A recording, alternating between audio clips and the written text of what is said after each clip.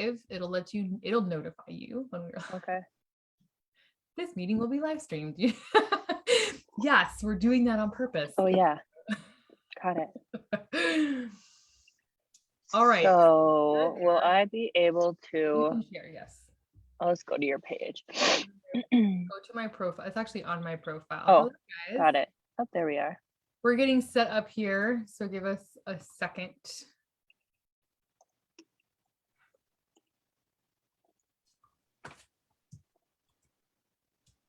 Oh, how come it won't let me take you?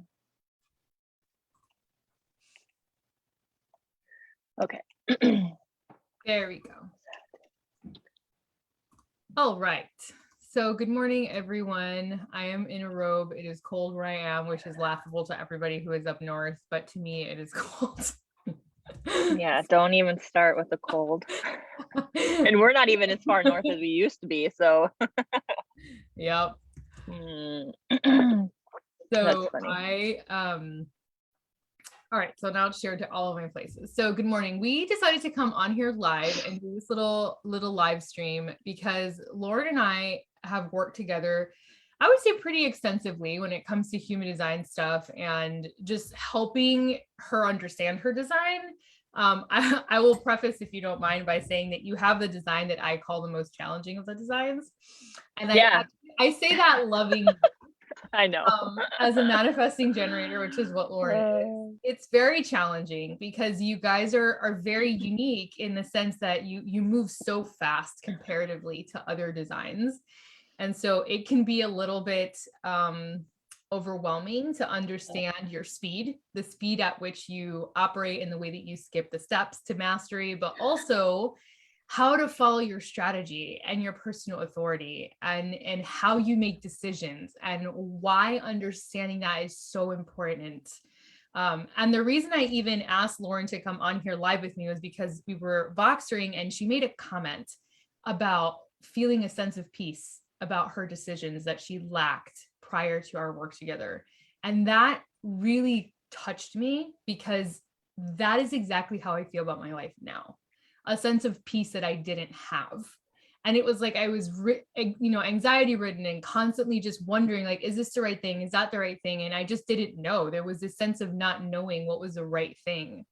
And human design healed that for me because I knew and I didn't have to ask that question anymore. And after living the experiment for some time, it has just worked out beautifully in the sense that like I know like the success has followed the experiment because I've done it for long enough that I've seen how it works now. And so I wanted Lauren to come on here and talk a little bit about where she was before we decided to dive into her human design as far as like decision-making component and the anxiety, and then what happened during that work. That would be really helpful. Oh my gosh. Yeah. Okay. So oh my gosh, I don't even know where to start. I feel like before you stepped into like offering human design and we started talking about it, I was at this place where I was in this FOMO almost. I felt like I was missing something in my business per se. Yeah. And like I went and I did all these courses and I, like hired coaches and courses and free master classes, all like, this is going to be the thing. This is going to be the thing. And I would make decisions on like, I suppose it would be like the emotional high of it, right? Like this, like, oh, I need to do this. I need to do this. I need to do this. I need to do this. This is going to be the thing. Yeah.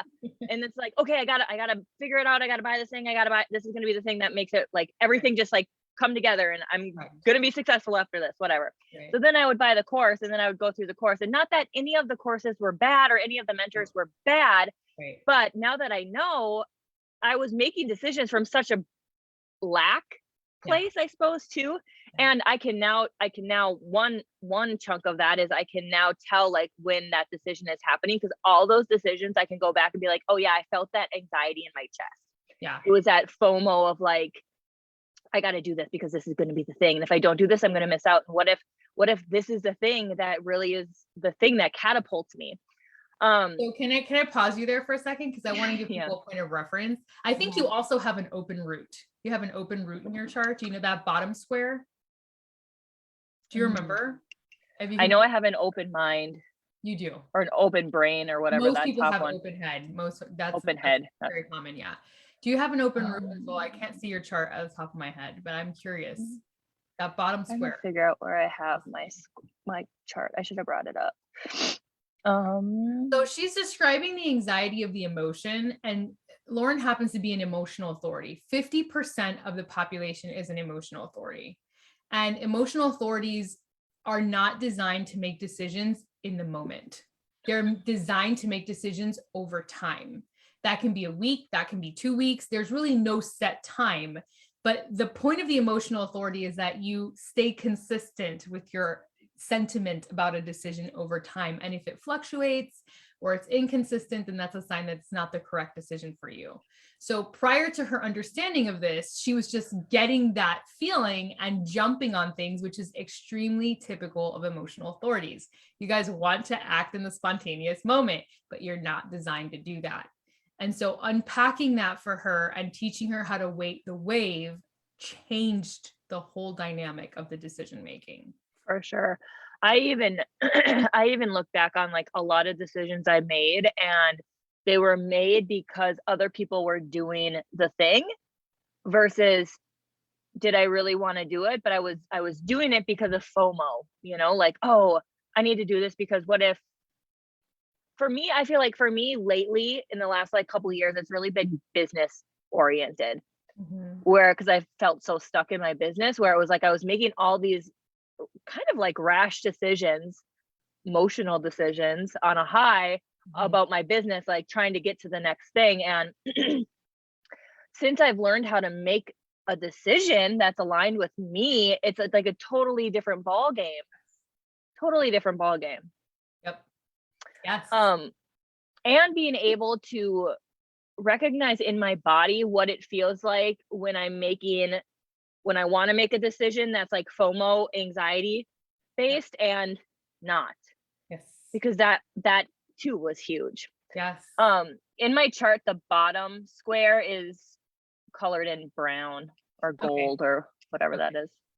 So if you have an open root, then you find yourself making decisions under pressure to get out from underneath the pressure. So that will be someone who just tries to do things to escape the pressure. I have an open root. So I often find myself in that kind of space of like, I got to do this just to get it out of the way, just get it done, just so I don't feel this sensation, right? But when you're defined root, which is so funny because this was your history in your business, right? You're the doer in the chart. So it's like with the defined root, you're like, I have all these things to do. I'm like, defined roots just want to do their way to success. And it's oh my gosh. Yeah. But that was so me. Like, how many times have I Voxered you? And I'm like, Shakti, I get it, but how do I do that? What do I do? Like, what do I like? I know you're telling me to just like blah, blah, blah, but like, how do I do that? Like, I remember the first time I hired a one-on-one mentor, and she was like, Lauren, you don't need to do anymore. You just need to be, like, step into being. And I was like, but how do you do that? How do you do being? How do you do being? Like, that's how do you center going? I don't get it, guys. I don't get it. Like, what do you mean? Like, such a checklist person. And that has gotten me burnt out so often. And on this cycle of like, and we've talked about this so much, of just not feeling good enough or worthy enough because I feel like I'm not doing enough. Like, oh, my checklist wasn't done. So I'm not doing enough. So that means I'm not worthy enough. And that's why I'm not successful, or that's why this is falling apart, because I'm not doing enough. And now that I know that, it's like, I mean, that's kind of separate, but I know that's still part of my design, where it's like, oh, it's not so much about like, I don't need to keep doing more. It's not about me doing more. It's really about me like pulling back and being like, okay, does this still feel exciting for me? I wish I had your chart, because I would just share your screen and like look at your chart. You want me to say as you're talking, I'm like, and you can look here for this, and you can look here for this. Like, I have it up in my email if you want me to either send it to you or just. Yeah, you can send it to me, and then I thought I had it saved, but I don't. I feel like I've saved my chart so many times. It's probably up in my everywhere so many times. This is such a valuable conversation though, because the thing so you had this mentor being like, you don't need to do anymore, you need to be. So Mhm. here's where human design comes in. That's so wise, is it teaches you how to be. Right.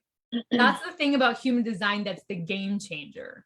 All Right. of these principles are sound, right? You need to be and probably do less. Right. Everyone Everyone. totally Yeah. needs to do that, right? Right. Mindfulness, yes. All these things that most mentors teach are true.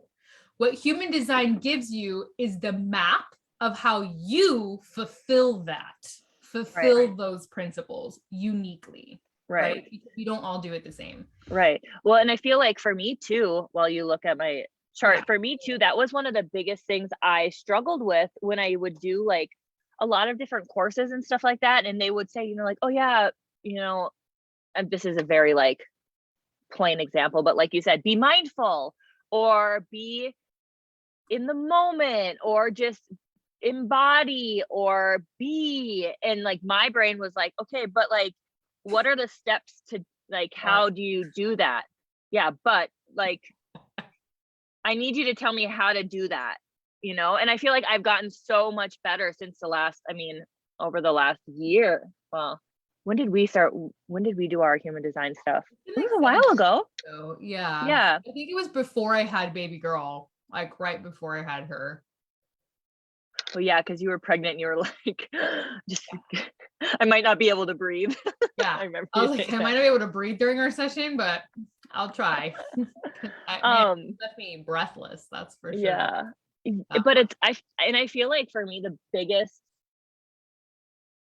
biggest thing, which I feel like is, because we could keep diving into mine over like continuously, Yep. to uncover more things. But I know for me, just taking the base away was like knowing, not even so much knowing my design and what that was, but knowing my strategy and my authority. I feel like for me were the two biggest things, because I was operating opposite of how I 100%. was designed.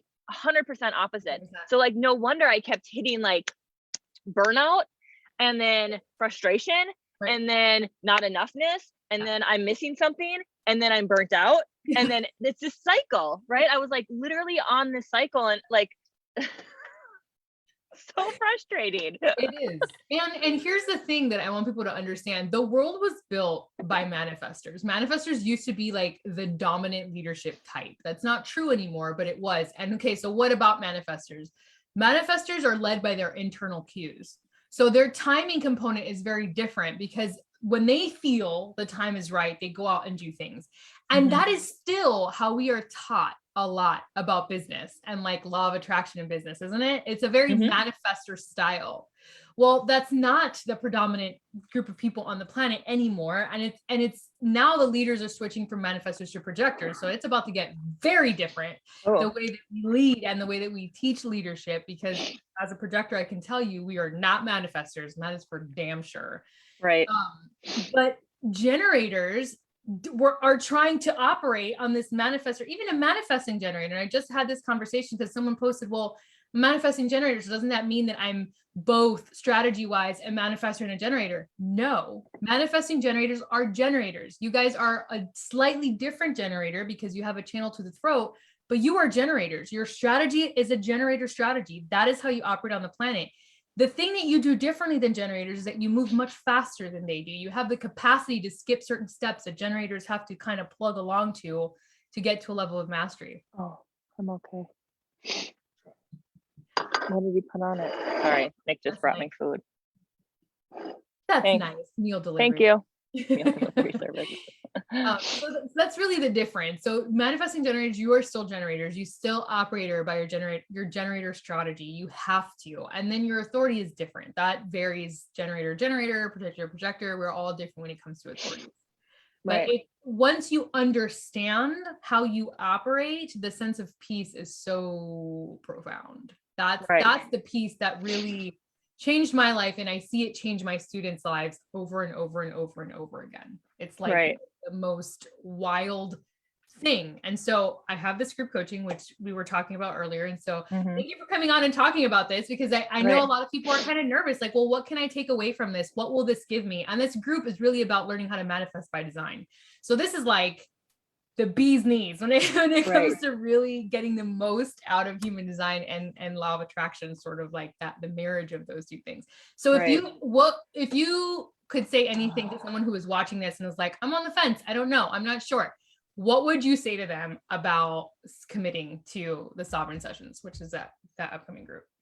I would say a bajillion things, but I would say I wish I would have known this stuff when I started my business. And I mean, I've been in business for 10 and a half years with my network marketing business, but I wish I would have known it sooner so I could start making decisions. For me, it's decisions. It's like these big decisions I look back on, like I made so many decisions on doing different things based on this energy, this anxiety, FOMO energy, that I feel like, did they serve me? Sure, I took stuff away from it, right? But I never felt that catapult that I thought I was going to feel.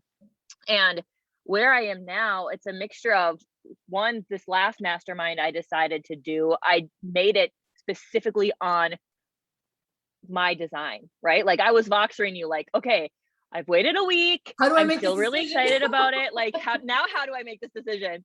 And like when I made it, it was like this, there wasn't that anxiety FOMO feeling. And I have gotten the best results from that mastermind that I've done than I have anything in the past. Like it's the clarity, the transformation, the new clients coming in, what I'm like doing in my business. So it's like that the was decision, the right place for you to plug into, and you were right, able to tell that right, for the right, first time, like, oh, this is actually the right decision for me right now in this place in my life. right. And I feel like, I mean, you can apply this to anywhere, not just business, right? Like that's something I definitely want to tap more into, is like, how can I parent my children and how can I have a stronger marriage with it? Yes. But I honestly feel like it's like the foundation, right? Like we talk about so much how this journey of being an entrepreneur is like a personal growth journey, right? And this like you dive deep into yourself. Mm-hmm. That's it. Like I've been doing personal growth for however many years, but this actually forced me to look at like, okay, how did God create me? Yes. And now how can I align all these decisions that I've been making for my whole life with how he actually created me to be? Yes. So It's good. so, and I think that's something too, is, and I know you have a faith base too, which is like, I think an awesome like combo of it, because I feel like some people who come maybe from like the spiritual faith, like God-based center might be like, oh, well, this isn't God-given, right? But God created us, Yes. right? So it's just looking at how he created us. And it's just learning about yourself, dang it. Like Yeah. if you're stuck, learn about yourself and how you're making decisions and how you operate and how you live. Right. And the peace says it all. Once the peace settles and you begin to feel peace, you understand how God-given this is. Mm-hmm. Because do we really believe that God created us to be anxiety-ridden beings who can't find peace and can't stay present in our bodies for a moment? Absolutely Right. not. And we believe that God made us unique, right? We believe that we are the children of God and that we were endowed with uniqueness as a result of that. This is a map to that. This is a map to the energetic uniqueness of who we are.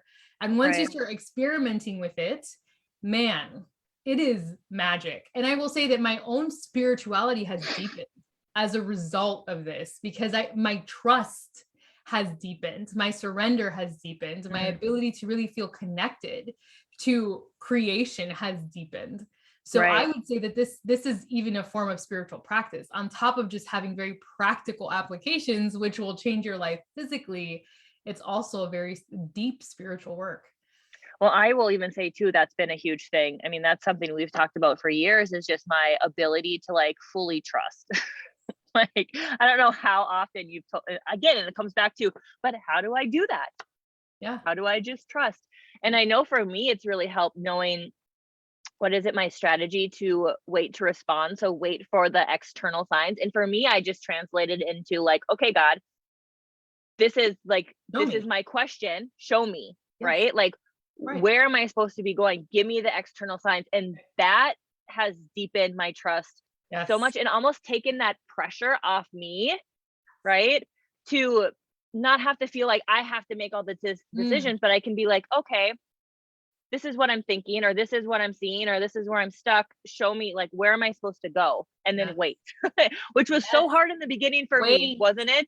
It was so Yes. hard in the beginning because I'm like, I gotta go. I got this idea. I gotta create it. I gotta go. And how many times have I done that where it's like, I get Mm, this idea here and then I create it and I put it out into the world and nothing happens and I get frustrated and I'm like, I'm missing something. And then that whole cycle starts again. yes. It's exhausting. We were not meant to make decisions from our mind. No design was designed to make decisions from the mind. That's so important to understand. Your mind Ugh, is the center of decision making. It's your authority, and it's different for everybody. That's whew, that's game changing in and of itself. That yeah. wisdom will change your entire life, and it'll help you understand that the things that drop into your mind are not necessarily an action cue for you.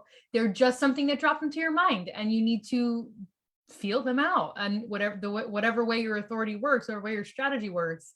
It's really, I feel like we're at church right now. I Right. think it's really beautiful that your strategy has deepened your trust in God, because Mm, that's such a beautiful way of putting it. Saying, God, show me then, where is my mm-hmm. next move? What is my next? Mm-hmm. That's super, super profound.